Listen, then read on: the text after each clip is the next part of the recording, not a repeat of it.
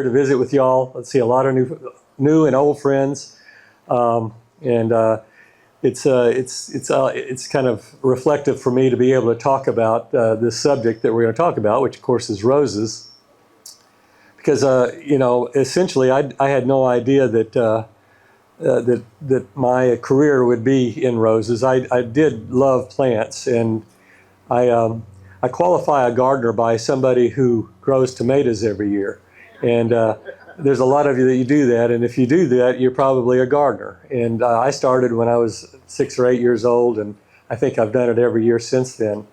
But that's just because I love to see the ability of planting a plant and a promise for the future, and then tasting a tomato that you can't taste anything better from the store. So that's where that started. But let me get over here and see if we can start this. My program is going to be called How I Was Schooled by an Old Rose.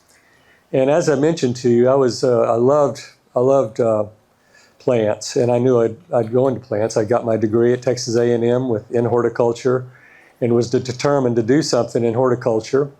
At the time, I loved growing plants that were easy to grow for the landscape. So I grew a lot of ligustrum, got out of Texas A&M and started a nursery, and started a nursery right over here called Containerized Plants, and grew Asiatic jasmine and photinia and pittosporum and all these common plants that fill up our garden centers, especially in that time period. And I didn't want to have anything to do with the roses.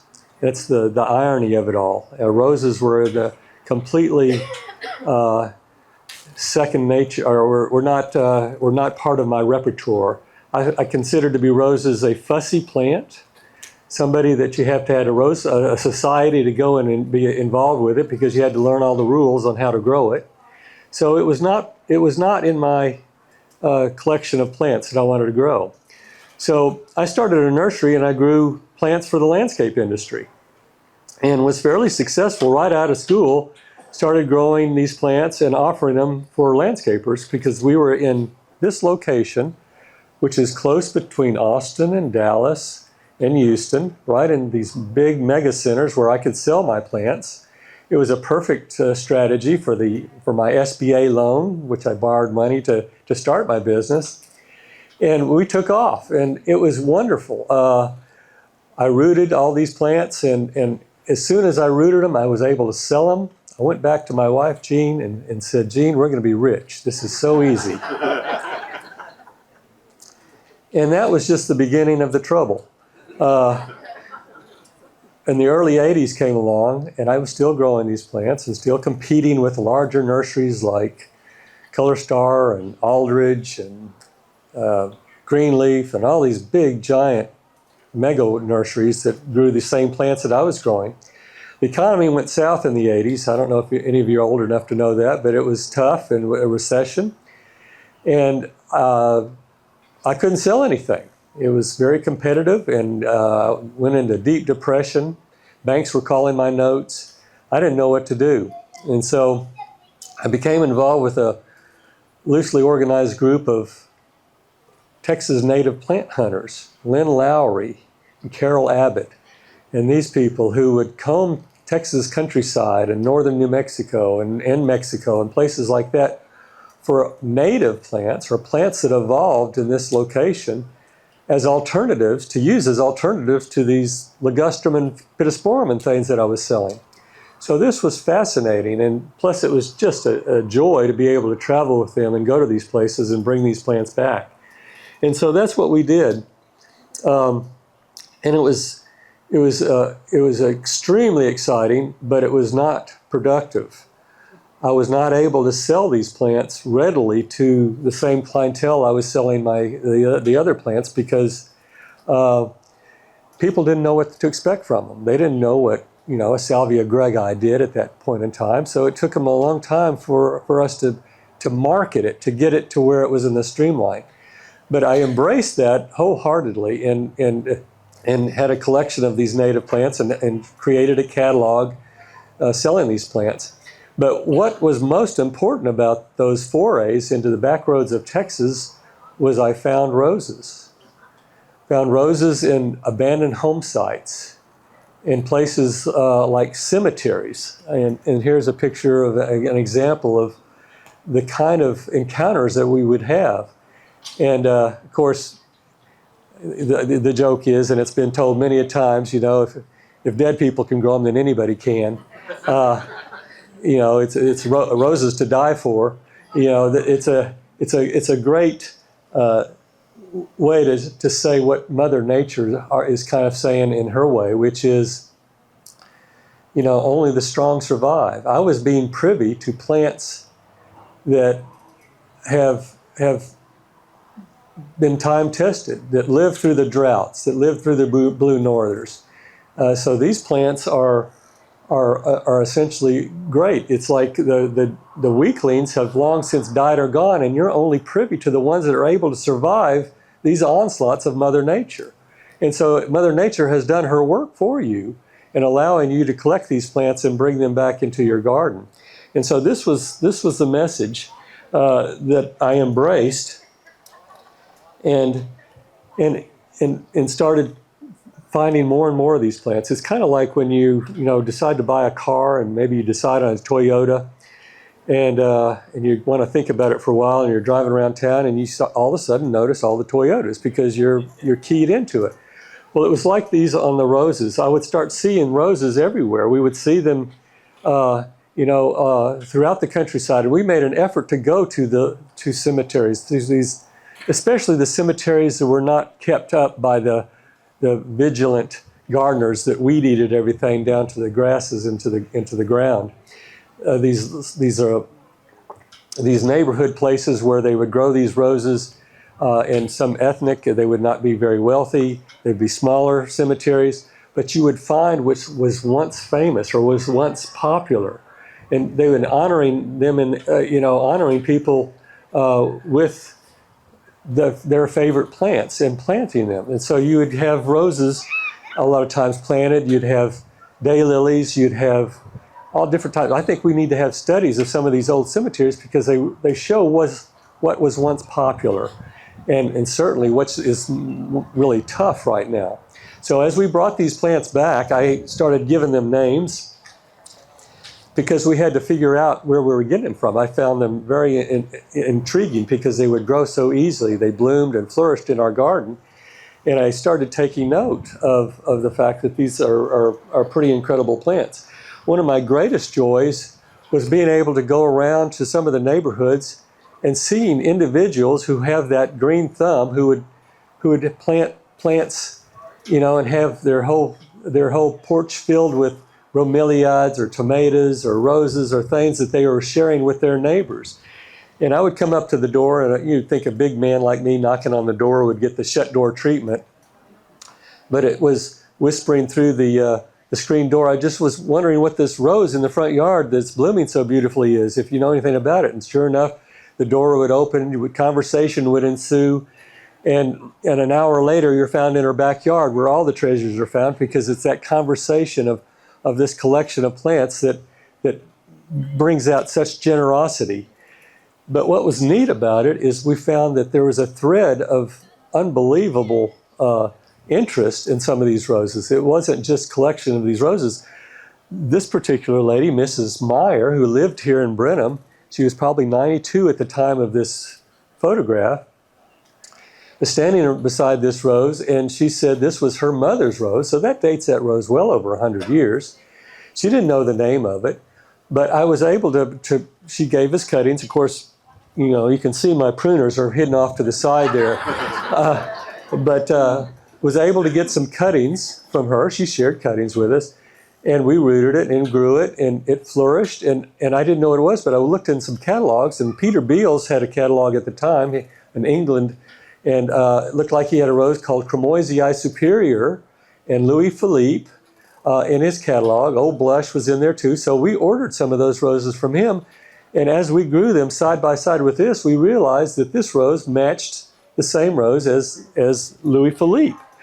And so what makes that so remarkable is that Louis Philippe was a rose that was shared with Lorenza de Zavala, when he was a minister to France when Texas was a republic. It was a gift to him. So it makes this thread of history just incredible. These roses are not only time-tested, but they have stories to tell about a lot of these earlier pioneers and stuff. So here she is proudly standing in front of this rose. Let me take her picture. And this is where the love of collecting and rose rustling and all of the accumulation of these plants began. It was a wonderful journey. It was an epiphany for me because I swore I'd have nothing to do with roses. Now here I was collecting roses with wild abandonment, trying to chronicle and seeing what in the world I was collecting. And in many cases, I didn't have a name to be associated with these roses because they were lost in commerce. They weren't being offered anymore, but they had survived their time of introduction. So most likely they were introduced as a named variety, but we just didn't know what they were anymore. So I would give them names. Names like Mrs. Meyer or, here's this rose. I wanted to show this, the rose growing in our garden. And why I fell in love with these roses. It wasn't because of their nice, strong stems and their high center and their floral quality. It was because as a gardener, as you walk by, you get to be privy to the petals falling to the ground and you know, the beauty of these roses as a garden plant. And so this created the race for me to start collecting these. This is one of my favorite pictures. This is of Maddie Breedlove. And Maddie lives down the road near Old Washington.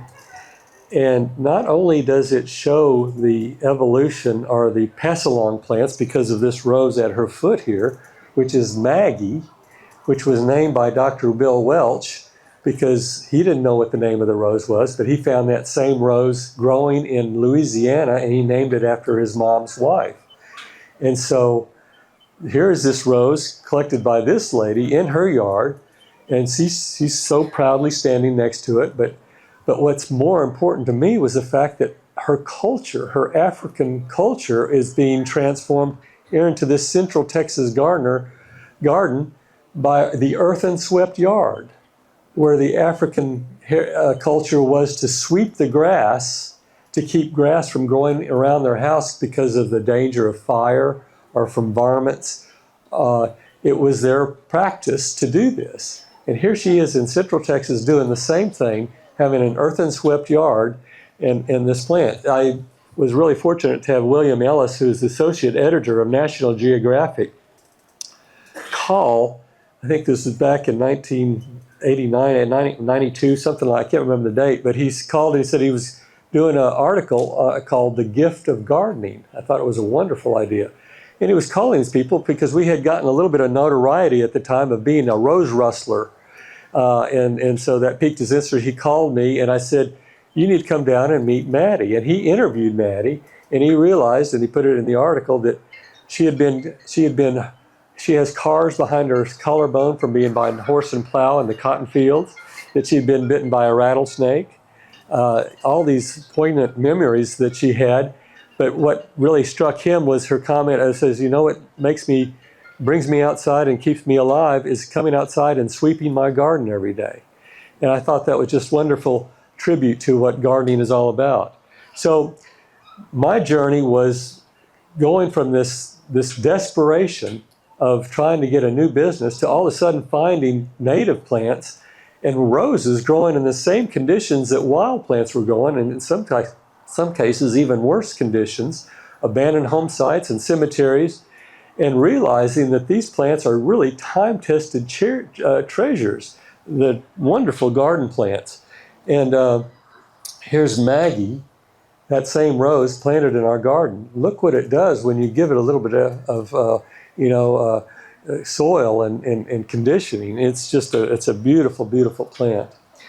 And here's Martha Gonzalez. Now, everybody probably knows Martha Gonzalez, the rose, but she's actually a beautiful lady that lives in Navasota. And I would go there, and she shared cuttings of this rose that's right by her corner of her house there. And it turned out to be a red China rose that we don't know the name of it. So it continues to be sold as Martha Gonzalez because in many cases, we search and try to find pictures of these roses in old catalogs and books to try to reference them to what they were once introduced as. And we've done a pretty good job of that, but there's always some confusions. For instance, Maggie. People are thinking that Maggie may be Eugene de Marlette or Gruson Teplitz or some of these other names that you read in these old catalogs and old books, and the pictures look similar, but we can't confirm it. And there's no way to do genetic analysis because we don't have the original to compare. But that's some of the fun of it. Well, Martha Gonzalez is another rose that's that way. We call it an ARC rose, another red China, because there's a lot of China roses that we have found throughout all these cemeteries throughout Texas. So she shared rose cuttings with us, and today I think that rose is registered with the American Rose Society and is being shown in their garden shows. It still may be another rose that was introduced, but we don't know that for a while, but we love the fact that it bears her name. And I was writing a book at the time, and I knocked on her door and said, I need to get a picture of you with your rose. And she said she wasn't feeling well, and I said, oh, well, I can come back. And she said, no, I don't care. And she put on her house robe and came out and let me take a picture of her in her front of her yard with her house robe. And I said, that's the power of gardening, the power of the love of the plants. It doesn't matter about all that stuff. You want to be next to your plants. And so I think this was the beginning of wonderful stories for me. And so as we started collecting these plants, I became involved with a somewhat loosely organized organization called the Texas Rose Rustlers. And that sounds like you're going to go out there with your guns and pillage roses from all these different places. But it's really an honorable organization because they are part of the search and rescue of these lost and forgotten roses. And Pam Purrier and Bill Welch and some of these other dignitaries were all part of this organization back in the early 1980s. And we would go out individually to cemeteries and try to find roses.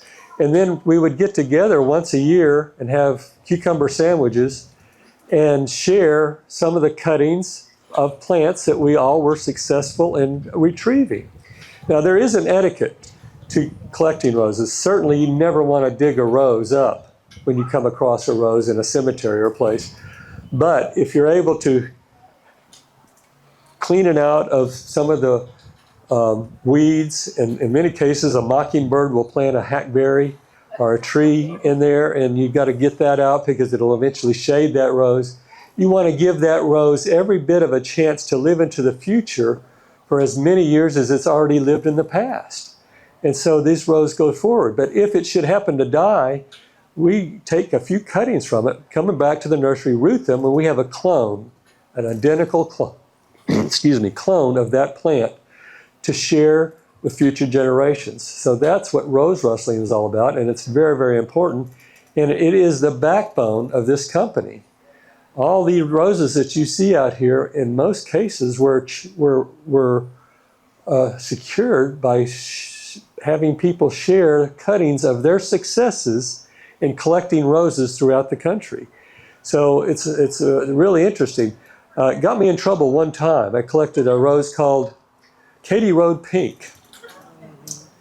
And I realized after a while that rose was actually patented.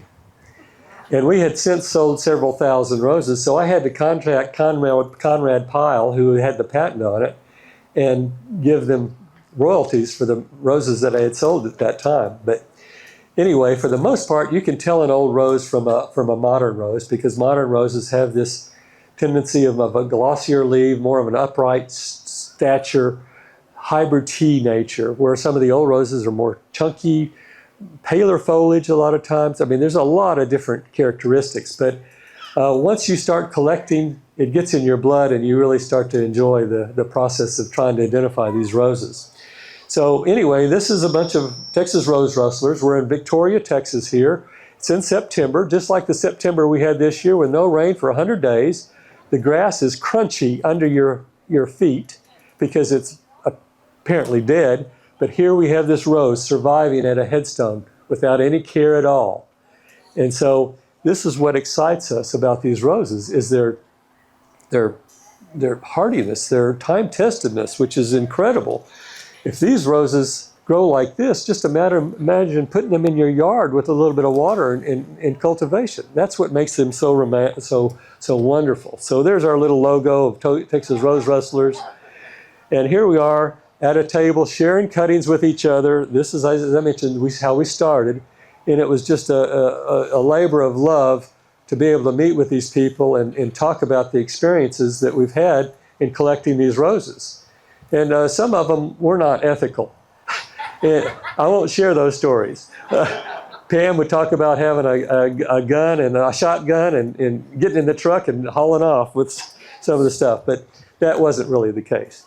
So anyway, the process of these plants in cemeteries, as I said, is significant to me. I think cemeteries are very fruitful hunting grounds of bygone times, and you can see what was once popular. Here's a picture of an iris by a headstone, and you know that at the time of this burial that somebody probably planted a bib of an iris that may be this person's favorite. We don't know that, but here it is, and it has succeeded. And not only has it flourished, you see bibs of it in other parts of the nursery where people have shared it in this case. So it's a very successful means of that. I love this picture too. This is of a lady in Navasota, and that's a rosemary plant here in the middle. I don't know if y'all can see it, but it's a rosemary, and she's so proud of it. She's standing there, let me take her picture. I drove by and talked to her and said, what's the story behind this rosemary? She said, well, I've had this rosemary for about 8 years, and I've never been so successful with it. Rosemary around here will grow 3 or 4 or 5 years before it dies out or freezes or something. But she had this for a long time, and it just flourished. And she says, I love cooking with it. I love the smell of it. And she says, you know, it's so healthy that now I get big buckets and fill them up with soil, and I get a big rock and crush one of the branches of the rosemary into that bucket.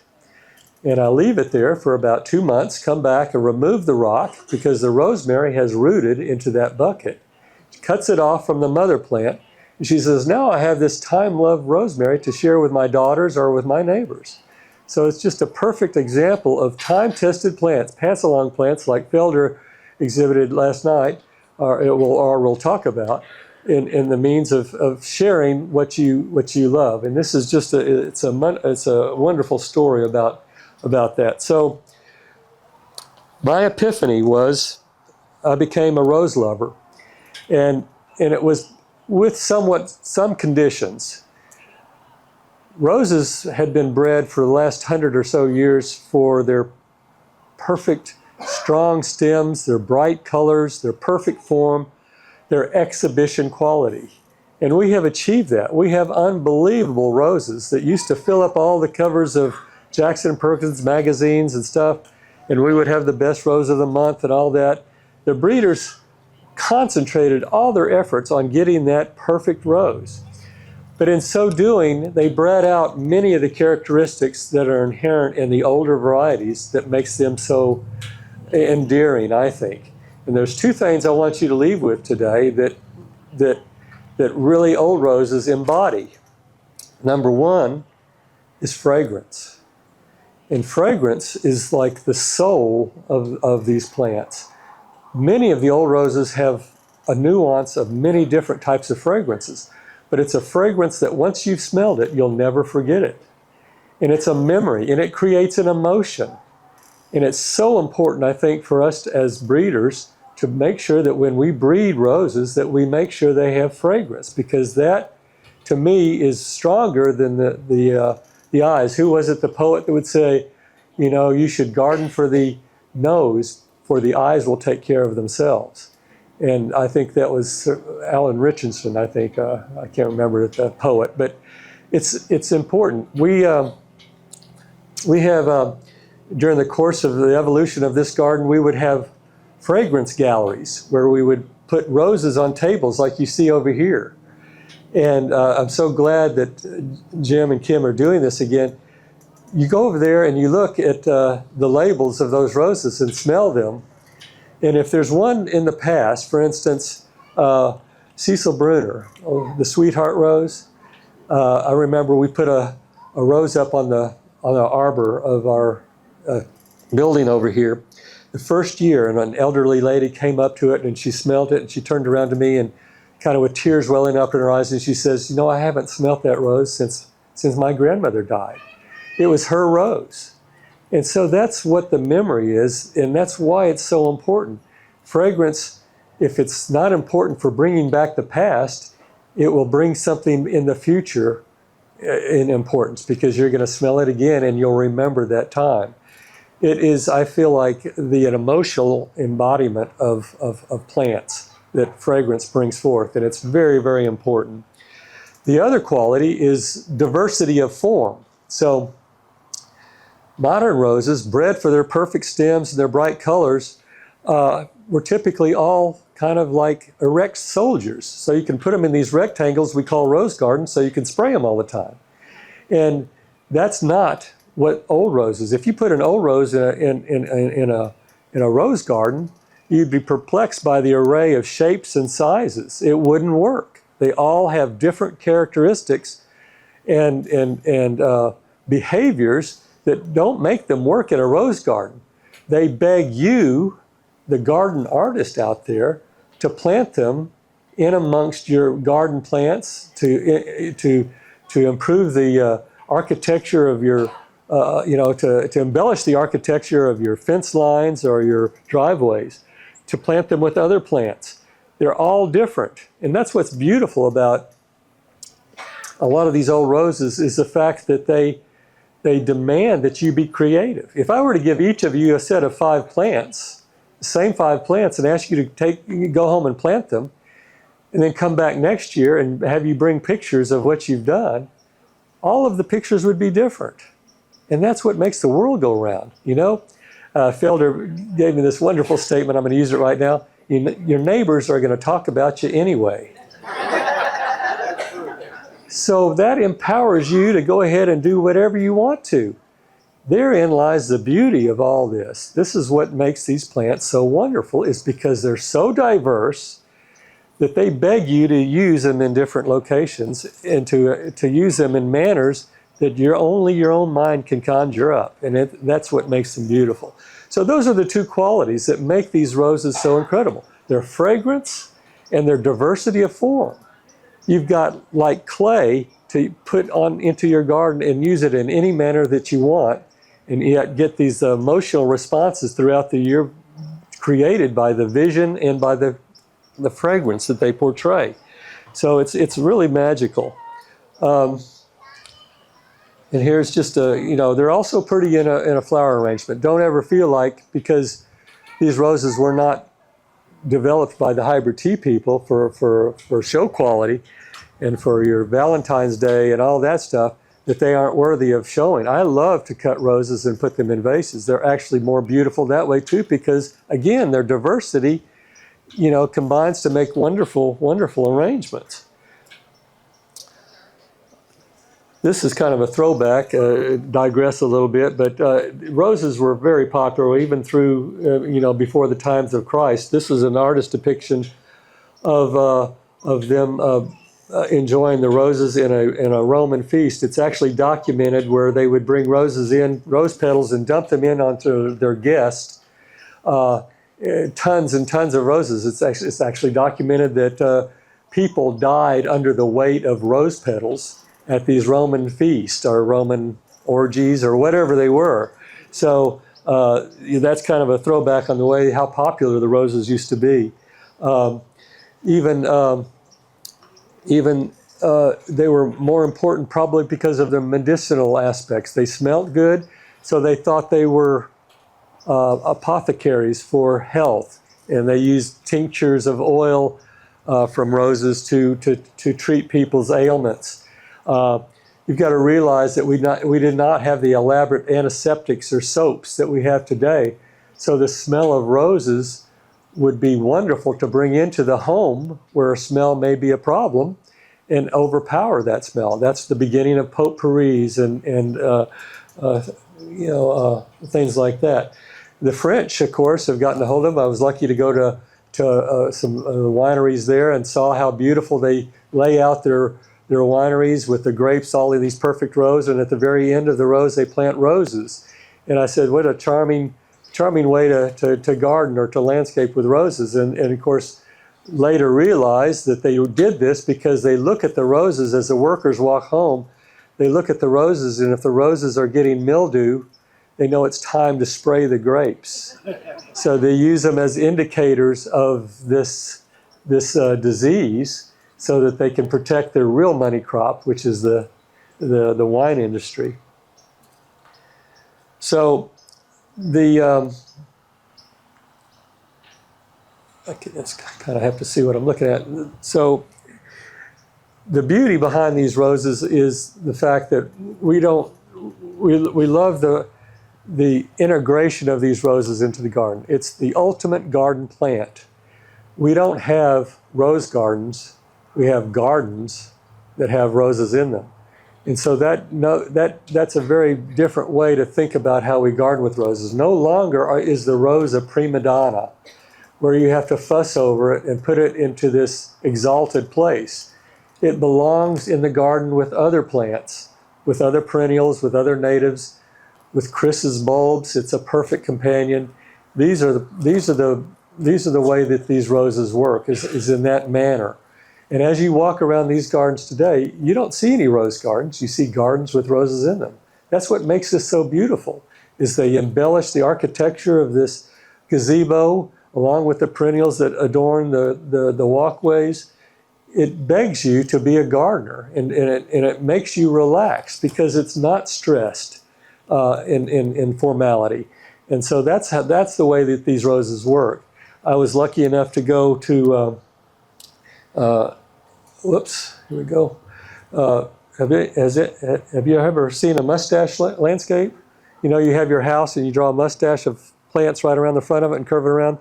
You know, that's unfortunately what sometimes a lot of our landscapers do, but we can do so much better if we incorporate roses, perennials, and other plants, get them away from the house, and create an enormous tapestry of color and form. Vita Sackville West was one of my best teachers. She has the garden in Sissinghurst.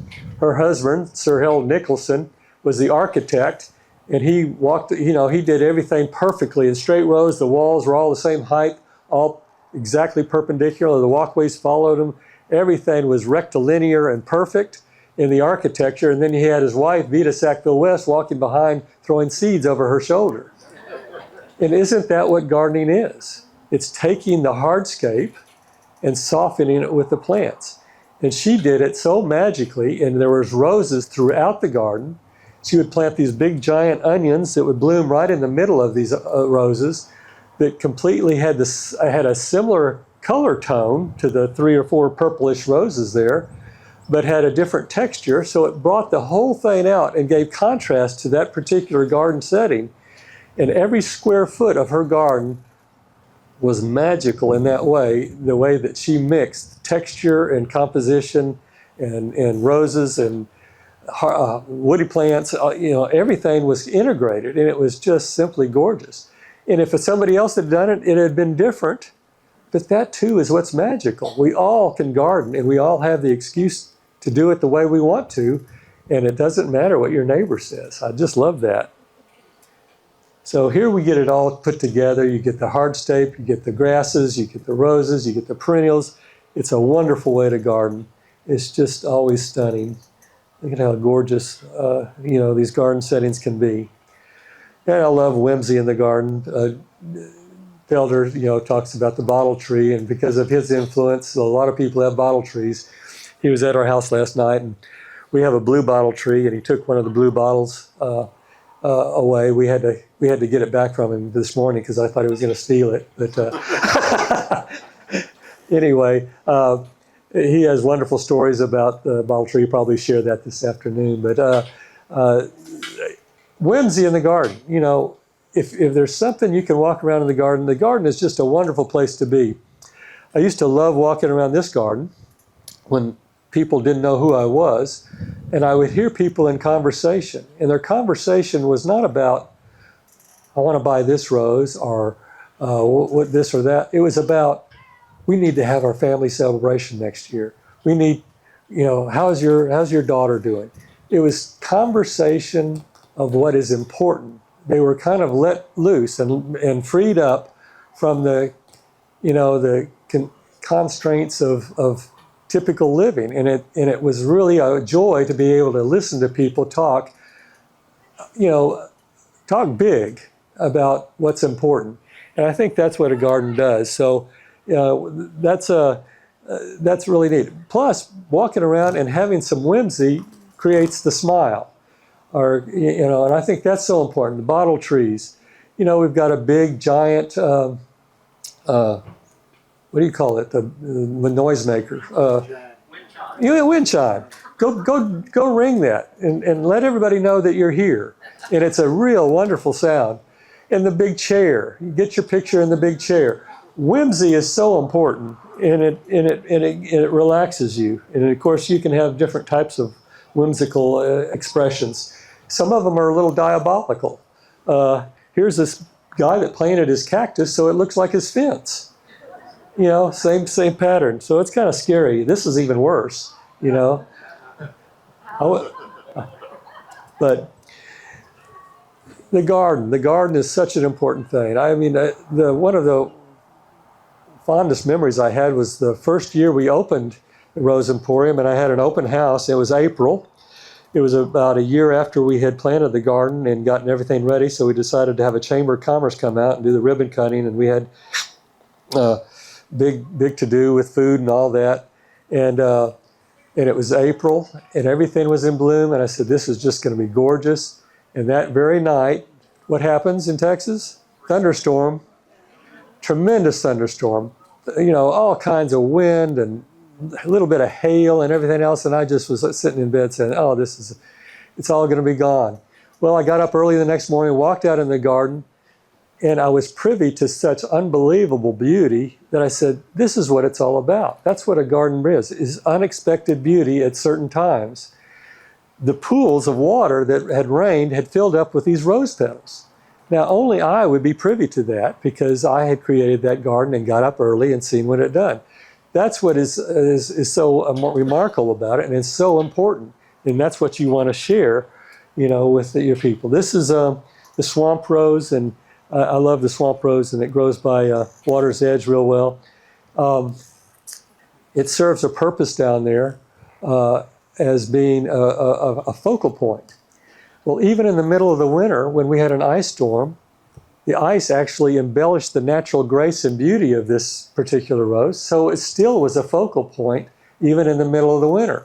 So it doesn't have to have flowers. Roses are plants, and they perform with different characteristics throughout the season in this manner. So this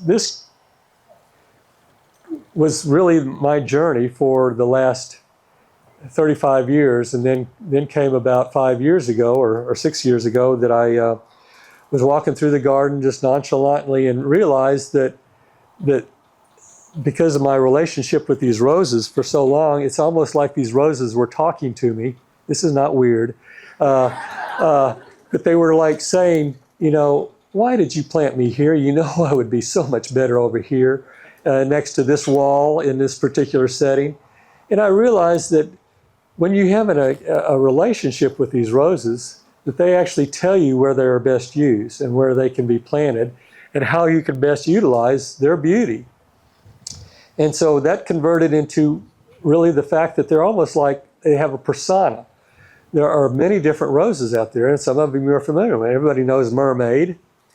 Mermaid is a diabolical rose, and it's going to outgrow any situation that it is. It's an extremely what is it? Huh? Unprunable. Yes, it's uncontrollable rose. Well, anyway, I'm getting beyond what I wanted to say. So they all have these different personalities. There's romantic roses like the noisettes. These are roses that were bred by John Champneys, who was a rice farmer in Charleston, South Carolina. He bred Old Blush, which came from China. It was new at that time, but it was an ever-blooming rose. And ever-blooming roses were not common then because China roses weren't found or had not been brought over yet. And China roses' greatest gift to man was was China roses, their ever-blooming quality. It wasn't the spaghetti or the printing press. Roses that bloom all the time. And so he had this Old Blush, and he bred it with this wild rose that was in his backyard called, what was it? Oh yeah, Rosa moscata, the musk rose. And the musk rose is really fragrant. So the seedlings he got were very interesting. They grew up in his yard, and he sent them to his friend Philippe Noisette in France, who continued to work with them. And it developed a whole class of roses that they called the Noisette roses. What's beautiful about them is as they grow up, they're climbers. They grow up, they repeat their bloom. They have weak stems. So the roses, as they climb up, look down they perch down. They don't stand straight up like hybrid teas. So they have this dripping quality, which is extremely romantic. And they're extremely fragrant. So they truly are romantic roses for the South, and they're the place that when you get up in the morning, you want to have your morning coffee, or when you go to bed at night, you have your last glass of wine, watching the sun go down. They're that type of personality. You've got the stay-at-home moms too. These are the China roses. These are the roses that you plant, and you can then do all your other chores in the garden because they're going to do their thing no matter what. They are always there. They're the anchors of the garden. Old Blush, Cramoisii superior, Mutabilis, all these are roses that are strong, repeat bloomers, anchors of the garden. And they can be considered like stay-at-home moms, I think. I think that's the way I characterize them. Tell us what that rose is. That one is Fortune's Double Yellow. And that's another category of rose, which I called heralds of the spring. When a rose like Lady Banksia or Fortune's Double Yellow blooms, I know that spring is just around the corner because they're always the very first roses to bloom, and we're getting ready for a whole lot of excitement because these roses are getting ready to bloom. So what I did is I wrote a book called Empress of the Garden, and in that book are the personalities that some of these roses have. I love the chapter called The Divas. Because these are the roses that when you come into the particular courtyard and that rose is in bloom, you catch its eye and it catches your eye and it says, don't you dare look at any other rose in the garden. I'm the one that you look at right now. They're prima donnas.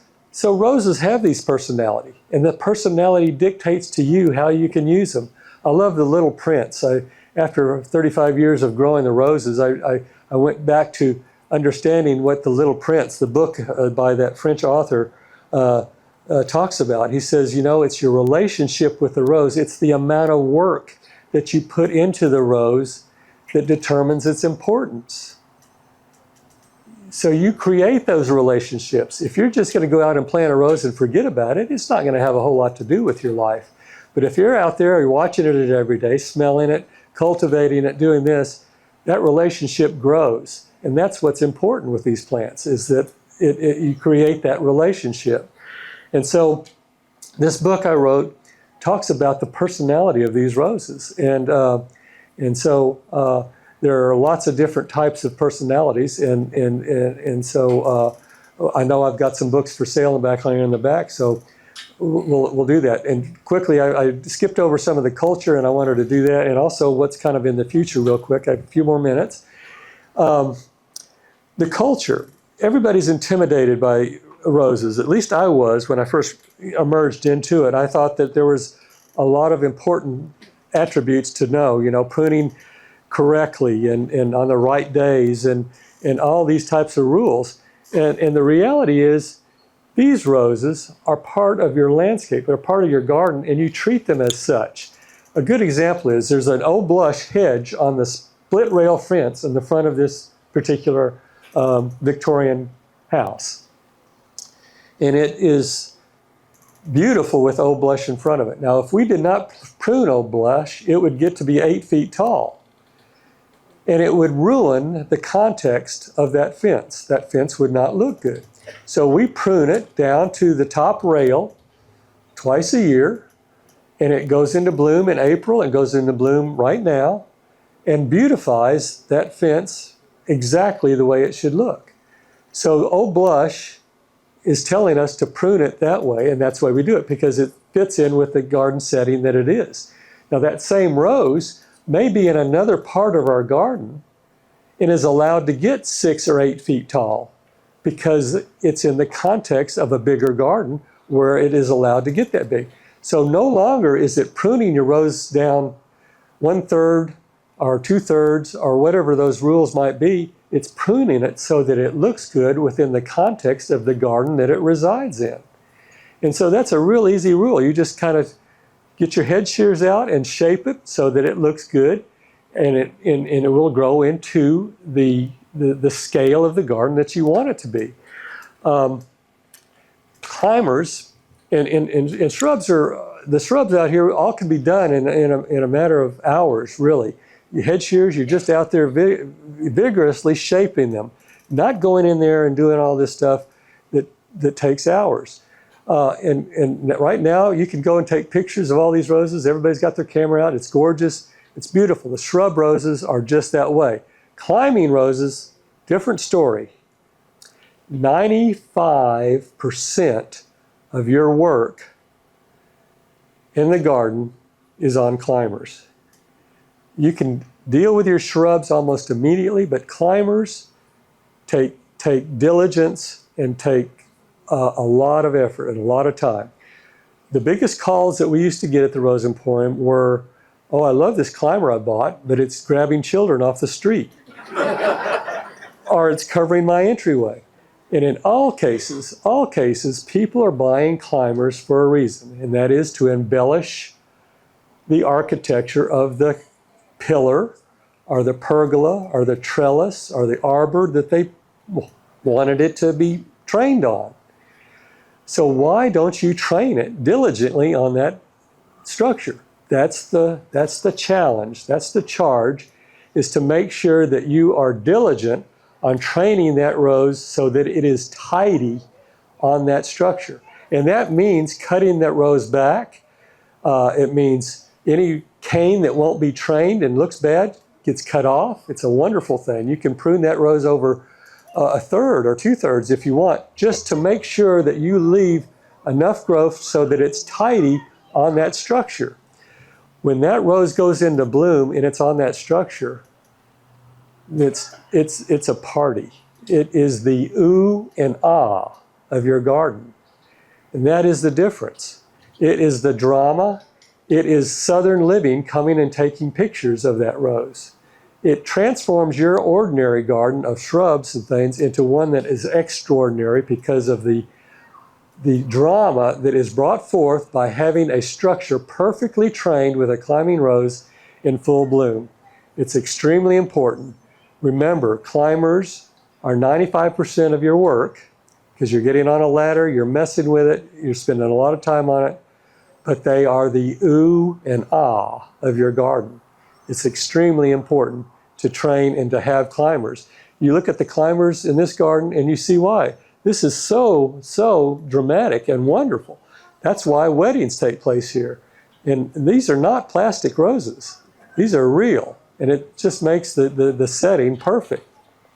So, the other culture, we don't fertilize. You see all the mulch out here? That's our fertilizer. Mother Nature fertilizes naturally. If you drive down the highway and you look at the forest here on the right, or you look at the prairie here on the left, you ever see anybody out there fertilizing it? No. Mother Nature does it with her natural dropping of the leaves and the barks. They go to the forest floor. They're the hard carbon material. And if you scratch that and you look at it, there's all kinds of white mycelium, there's bugs, there's all kinds of stuff right there at contact at soil level. They're converting it into compost. The microbes are converting it into ratios of fertilizer that are precisely what the larger plant material needs, the trees and the shrubs. They provide airspace, they provide drainage, they provide soil water retention, microbial safety for disease prevention. Everything comes from the recycling of these leaves and these barks. So that's all we do. We do that, and these roses are happy and healthy because they have barks. Now, if we come back here 6 months from now and we look at these gardens, is the bark going to be there? It's going to be gone. It'll all be eaten up and converted into compost and creating the good guys for all the life forms that are here. So that's our means of fertility. It's a much more common sense way to have your garden as well. So I think I'm extending my time. So any questions? I'll end there. Pardon me? You still have 10 minutes. Oh, okay. Well, I can answer some questions, and that'd be great. Yes. I'd like to be shameless and invite everyone to join the Texas Rose Rustlers. Go to their website, Texas Rose Rustlers. I mentioned them, of course, and they have a website. It's a great organization to be a part of. Do you still have cucumber sandwiches? Yeah. Well, I think that's wonderful. Let me get to a part of my program that I want to end in. I forgot about that. What kind of mulch do you use here? It's just go on the beds. We use pine bark or any kind of diverse pine bark. Think of it this way. If you were to provide a smorgasbord for microbes, they would want to have all kinds of different types of material to eat and to break down. So a diversity of carbon material is the best mulch. But if you want something to look beautiful, like we see out here with the pine bark, that's just as good. But adding diversity stabilizes the ability to create more microbial action, which the more diverse the microbial action, the stronger, the more likely you are to be successful. So that's kind of the rule there. Yes, Peter? Could you talk a little bit about how current breeders are breeding, perfect. Better roses? Yeah. Peter's asking about what's happening in the rose world in terms of breeding. And I know David Byrne is going to give a presentation on that. He's back there smiling at me. He's worried about what I'm going to say. But the breeders are, they're making tremendous headways. We are at a place in terms of our rose offerings that really make you, the consumer, the beneficiary. We've got so many roses. Obviously, we've seen knockout roses. They're roses that bloom all the time and don't get diseases. So we want knockout roses with these big voluptuous flowers and fragrance. And so that's the ability that the genetics has given us now. And breeders have been able to identify these markers on these genetic strains so that they can select roses much quicker to get big flowers, big fragrance, and lots of diversity. And so I would have to say that we are on the cutting edge of getting all these wonderful roses. They are out there already. I speak with this with melancholy voice because the historical value of these old roses and the nostalgic value and the fragrances and things like that, I don't ever want to have them lost, and I don't want them to be degraded in their popularity. But I will say, as a homeowner, a busy homeowner, we have got roses now that are going to be so friendly, user friendly, that it's just a no-brainer to use them. And so I think it's really, really interesting. I did bring some roses up here to show you on what breeding can do. Carefree Beauty, i.e. Katy Road Pink, which is a rose that was we found in Katy, Texas, and we cut it and we sold it as Katy Road Pink for years until we learned it was actually Carefree Beauty. It's a very hardy rose, very disease-free. It is thornless, and we bred it with Basie's Blueberry, which is a rose that has a lot of American species, Virginiana and Carolina, in it, and it's a wonderful thornless rose. So I said 2 thornless roses, if we breed them together, we might get a thornless rose. We got a lot of different thorny roses, but we did get one thornless rose called Thomas Affleck. And it has the fragrance, and it has the bloom quality and the disease resistance of Carefree Beauty. And so we introduced that with AGRS, American Garden Rose Selections trials, and it won an award. So it's a fabulous rose that comes from the knowledge of breeding for a specific purpose. With Baisies, I wanted to get the species influence of roses into the genetic material, as well as Carefree Beauty, which is already a good rose that bloomed all the time. So that's a very simplistic form of showing you what happens. So here you have Carefree Beauty, which is a beautiful rose in its own. It's very simple. It's one that I would recommend anybody planting. And here is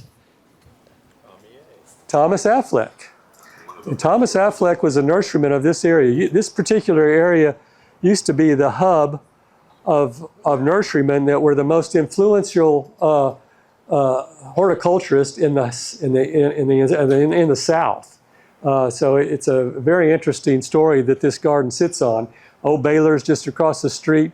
Jujube plants are planted right over here. There are oxblood lilies that are coming up in front of the stone columns remaining by Baylor in kind of in an architectural geometric form over there, probably planted in the 1860s when that university started. So it's really fascinating. Here's examples of some of the roses that the Rose Emporium has. This is Magnolia Memories. It also won an award for fragrance with the American Garden Rose Selections Committee.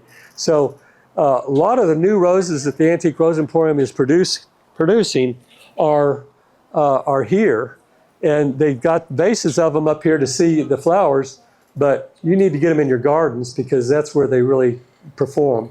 I can tell yes. you that Thomas Affleck is one of the very best roses in my garden. Peter Shar is saying Thomas Affleck's the best one in his garden. So, One of them. so that's fabulous. Anyway, I've really enjoyed being with you. I want you to have your cake and eat it too. Here's Cecil Bruner with on the outside and red Cascade Rose on the inside. And children have got to be imprinted with gardening.